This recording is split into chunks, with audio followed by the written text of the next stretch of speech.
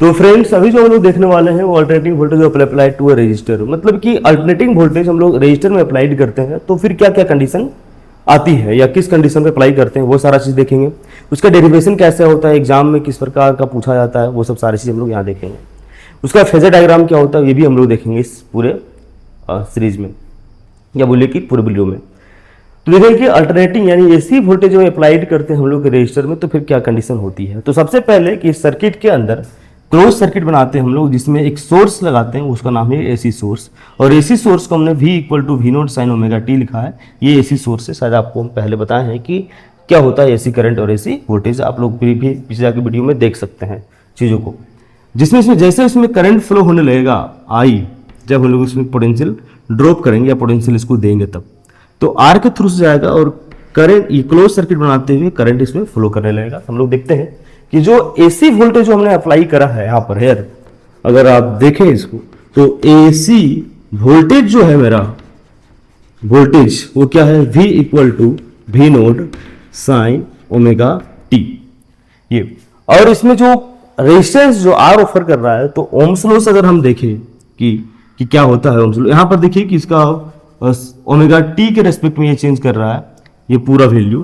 तो जो इसका जो ग्राफ बनेगा अगर आप देख पाएंगे इसका, तो आप थोड़ा सा मैं यहाँ समझा देता हूँ कि ग्राफ को मैं बाद में बताता हूँ, एक साथ दोनों बताऊंगा तो आप समझ पा रहे हैं यहाँ पर। तो फ्रॉम द ओम्स लॉ अगर आप जाएं, from the Ohm's law, Ohm's law क्यों ओम्स लॉ अप्लाई हुआ यहाँ पर, तो इसलिए क्योंकि रेजिस्टिव सर्किट है और आर का जो इंट्रोडक्शन सबसे पहले ओम किए थे, तो ओम्स लॉ के अकॉर्डिंग अगर देखें तो V is equal to I R formula होता है। अगर हम यहाँ से करंट निकालें कि करंट कितना जा रहा है तो I इज इक्वल टू होगा V बाई आर, और V का वैल्यू इस फ्रॉम इक्वेशन 1, अगर इसको 1 मान लो इक्वेशन तो आप यहाँ पर पुट करेंगे तो आपका हो जाएगा V node sign omega T. आपको पहले बता रहा हूँ कि ये V नोड क्या है, maximum value of potential difference या वोल्टेज, और नीचे क्या है ये R।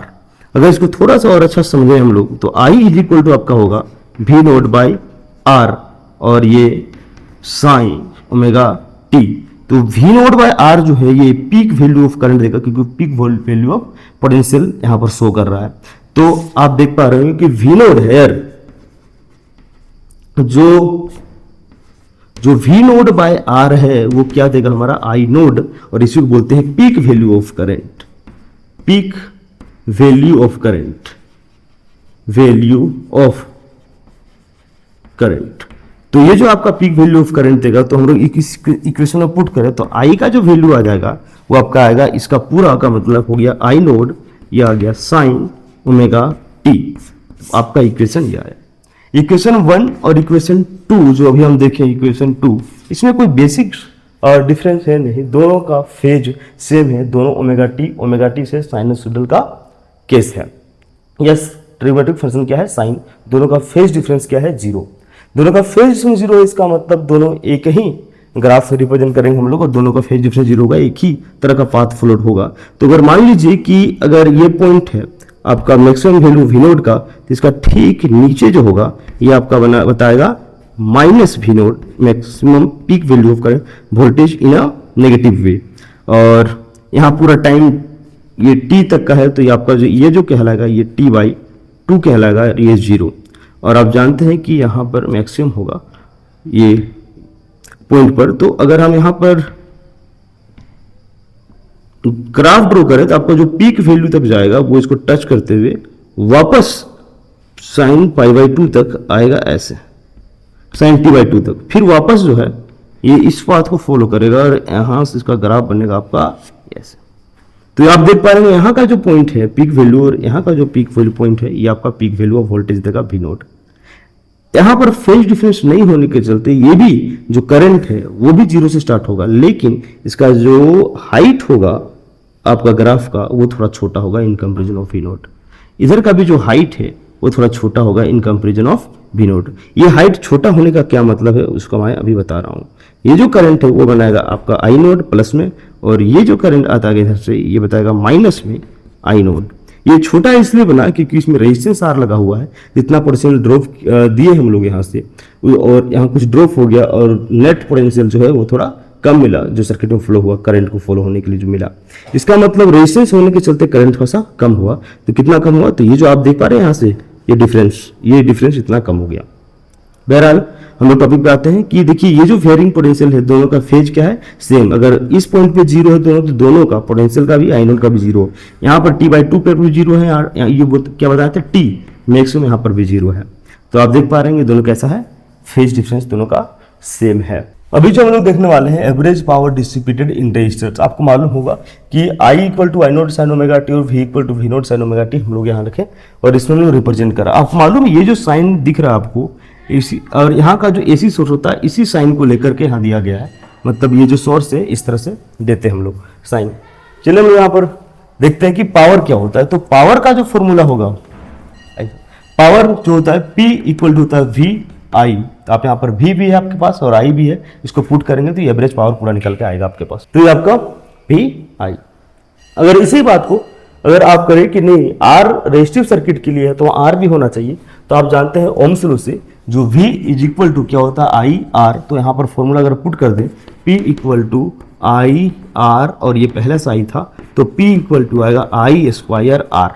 तो आप इस फॉर्मूला को लेकर एवरेज पावर पूरा निकाल सकते हैं। तो आप देखेंगे कि पावर अगर एवरेज निकालना हो आपको, P ये तो पावर का फॉर्मूला हो गया कि पावर इन रेजिस्टिव सर्किट में ये होता है। अगर आपको करना हो कि पावर एवरेज या एवरेज पावर P एवरेज इसको बोलते हैं हम लोग, ये आपका हो जाएगा यहाँ पर I²R, लेकिन इसका भी पूरा एवरेज। अगर आप P एवरेज निकालें तो P एवरेज आपका हो जाएगा I², I का वैल्यू यहां से पुट करेंगे हम लोग इस इक्वेशन से, I0 sin ओमेगा टी, तो हो जाएगा I0 sin ओमेगा टी और स्क्वायर, दोनों का ये जो R था ये R आया। अब ये दोनों को आप साथ में रख सकते हैं, लेकिन ये है क्या चीज, इसका पूरा एवरेज वैल्यू निकालना पड़ेगा। तो यहां पर मैं लिख दे रहा हूं इक्वल टू ये एवरेज वैल्यू, ये पूरा इसका एवरेज निकालना पड़ेगा आपको। तो P एवरेज जो हो जाएगा ये इक्वल टू I0 स्क्वायर और R तो कांस्टेंट है इस पूरे सर्किट में, क्योंकि पीक वैल्यू और का जो रेजिस्टर है वो कांस्टेंट ही है। तो यहां पर आप देखें कि I0 का स्क्वायर और R को आप बाहर निकालें और आप एवरेज किसका निकालेंगे, साइन स्क्वायर ओमेगा टी का फॉर द फुल साइकिल, क्योंकि पावर जो डिसिपेटेड होता है वो पूरा का होता है, ये पूरा फुल साइकिल में होता है उस समय। तो थोड़ा सा और आगे हम लोग देखते हैं इसमें। उम्मीद कि आप समझ पा रहे हैं उन चीजों को। तो चलिए अब लोग थोड़ा सा और आगे देख लेते हैं।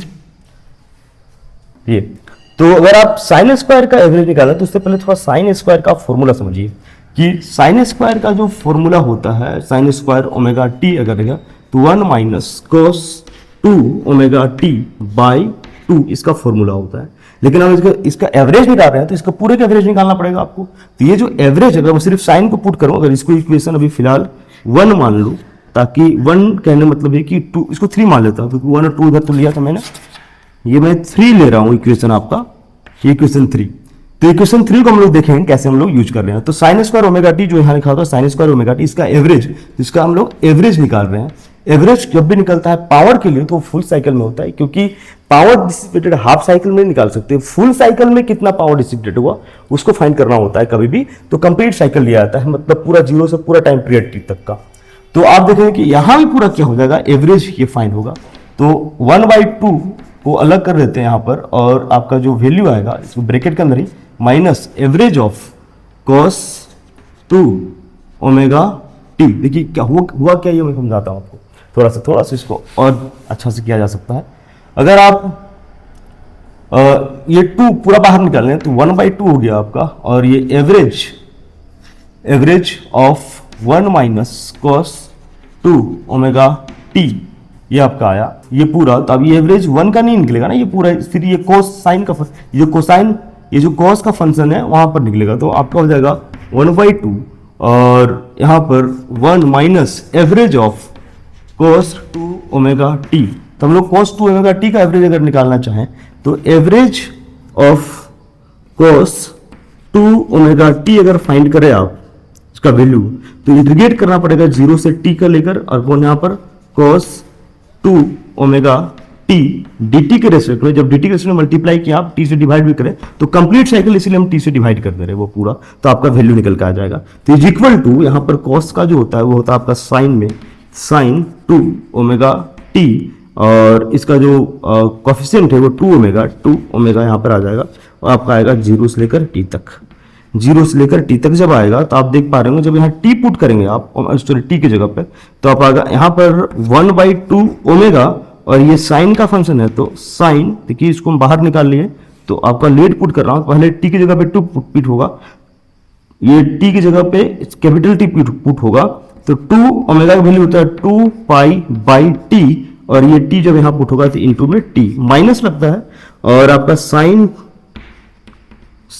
2 omega value 2 pi by t, और ये कैपिटल T का वैल्यू क्या होगा 0, क्योंकि ये 0 से स्टार्ट हुआ है।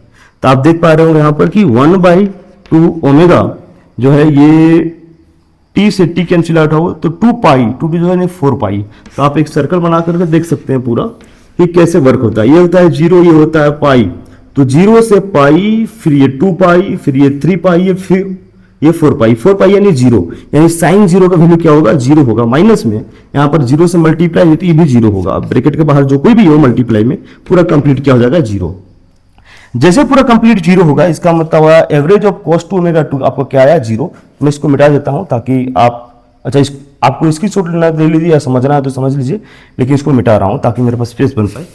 अब यहाँ का जो पोटेंशियल है ये क्या हो गया 0 आ गया, इसका मतलब आपका हाफ इनटू में ये आपका 1 माइनस ये 0, ये पूरा वैल्यू 0 आया था, अभी हम लोग देखें तो इसका आया हाफ, यानी आप इस पूरा चीज को इंटीग्रेट करेंगे या एवरेज निकालें तो कितना आया हाफ। तो फ्रॉम इक्वेशन अगर आप 3 यूज करें, इसको मैं यही लिख रहा हूं 1/2 आ रहा है, तो फ्रॉम इक्वेशन